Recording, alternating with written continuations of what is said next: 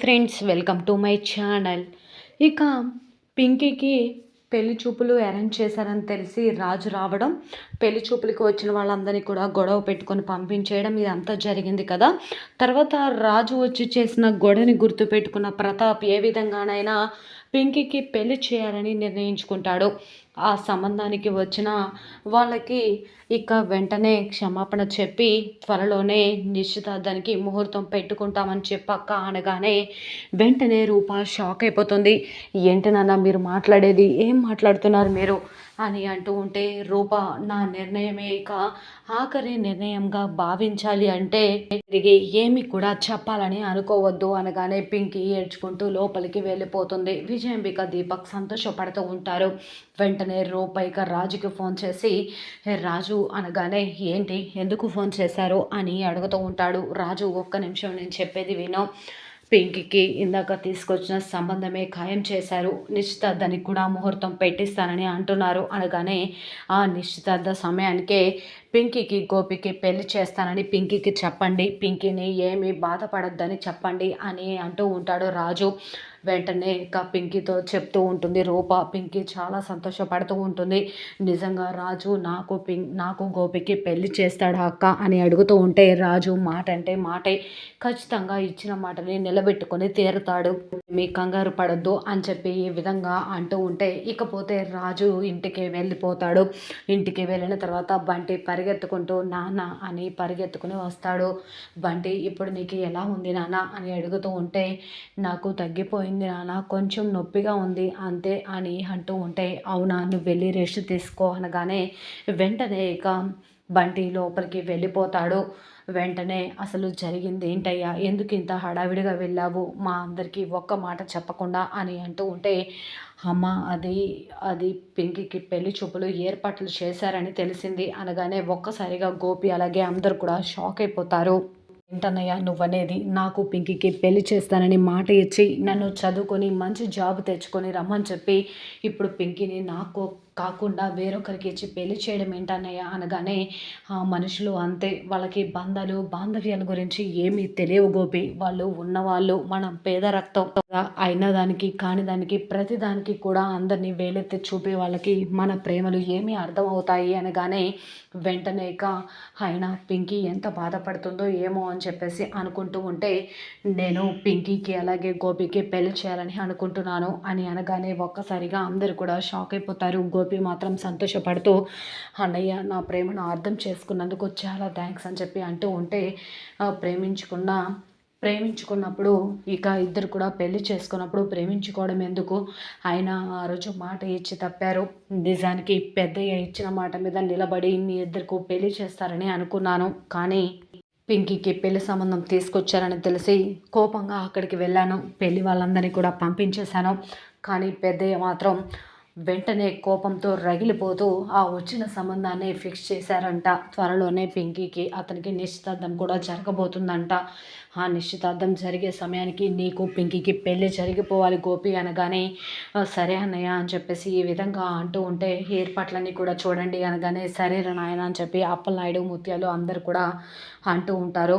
ఇకపోతే మందారాన్ని హాస్పిటల్ నుంచి ఇంటికి తీసుకుని వెళ్తాడు కదా రాఘవ. ఇక వెంటనే, అమ్మ మందారం నువ్వు ఎప్పుడు స్పృహలోనికి వస్తావు, డాక్టర్ గారు రోజు రోజుకి నీలో మార్పు కనిపిస్తుందని చెప్తున్నారు, త్వరగా లేగమ్మా, నువ్వు లేస్తే తప్ప ఆ విజయాంబిక దీపక్ల కుట్ర బయట పెట్టలేమమ్మా అని ఈ విధంగా అంటూ ఉంటే, చిన్నగా మందార స్పృహలోనికి వస్తూ ఉంటుంది.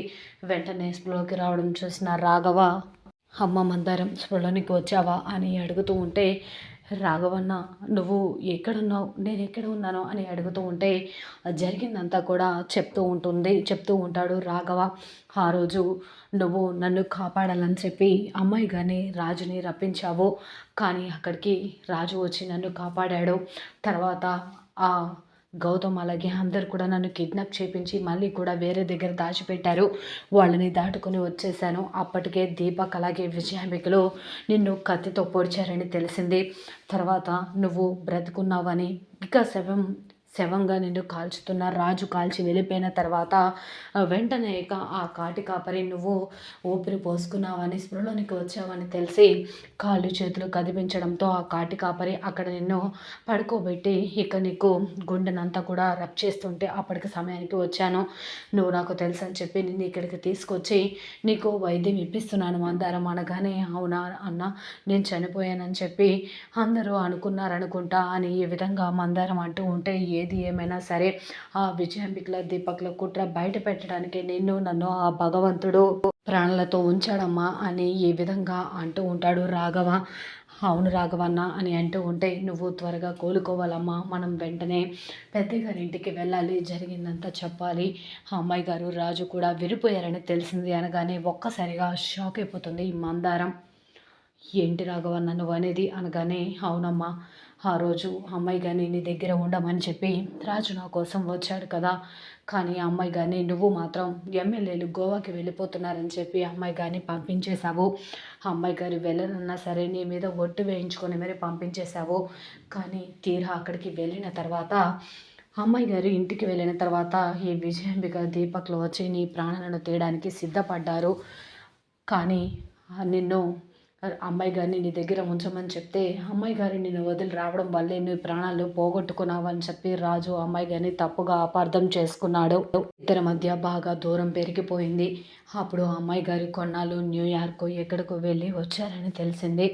రాజుకి అమ్మాయి గారికి మధ్య ఏర్పడిన దూరాన్ని కూడా నువ్వే ఇక తీసివేయాలి, వాళ్ళిద్దరి మధ్య మళ్ళీ బంధం ఏర్పడి ఇద్దరు సంతోషంగా ఉండేలా చేయాలి అనగానే వెంటనే మందారం, అమ్మాయి గారు రాజన్న కలవాలని నేను ఎంతగా తాపత్రయపడ్డానో నా మనసుకు తెలుసన్నా, కానీ నా వల్లే మళ్ళీ అమ్మాయి గారు రాజన్న విడిపోయారని తెలిసి తట్టుకోలేకపోతున్నాను అని అంటూ ఉంటే, దీని అంతటికీ కారణం ఆ విజయాంబిక దీపక్లు, ఆ గౌతమ్ అలాగే శ్వేత ఇంకా జీవన్ అందరు కూడా చేతులు కలిపి నిన్ను చంపేయాలని ప్లాన్ చేశారు, నన్ను కిడ్నాప్ చేసి నా పని అయిపోయిన తర్వాత నన్ను కూడా చంపేయాలని ప్లాన్ చేశారు, కానీ రాజు అమ్మాయి గారు మాత్రం ఎప్పటికప్పుడు మనల్ని కాపాడుతూనే వస్తూనే ఉన్నారు, కానీ పెద్దయ్య గారికి ఎంత నిజం చెప్పినా వినే పరిస్థితులు లేరు.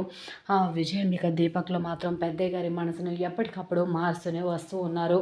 అమ్మగారు ఏ తప్పు చేయలేదని చెప్పినా కూడా పెద్దయ్య గారు నమ్మట్లేదు అని ఈ విధంగా అంటూ ఉంటే, అవును రాఘవన్న నన్ను వెంటనే అక్కడికి తీసుకొని వెళ్ళు, అక్కడికి వెళ్ళి పెద్దయ్య గారికి జరిగిందంతా చెప్తాను, అమ్మాయి గారికి నా చావుకి ఎటువంటి ఇది లేదని, ఇక నాకు అమ్మాయి గారికి ఎటువంటి ఇది లేదని, నన్ను కత్తితో పొడిచి చంపాలనుకుంది ఆ దీపక్ విజయాంబికలేనన్న సంగతి బయట పెట్టేస్తాను, అప్పుడు పెద్దయ్య గారు ఆ దీపక్ ప్రాణాలను తోడేస్తారు అని చెప్పేసి ఈ విధంగా అంటూ ఉంటే, మరి నిజంగా రాఘవ రాజుకి ఫోన్ చేసి మందారం బ్రతికే ఉందన్న విషయం చెప్పి మరి పోలీసులతో సహా ప్రతాప్ ఇంటికి తీసుకొచ్చి విజయాంబిక దీపక్ కుట్రను పోలీసులతో సహా ఆధారాలతో సహా బయట పెట్టబోతున్నారా, అప్పుడు విజయాంబిక దీపక్ల పరిస్థితి ఏం కాబోతుంది.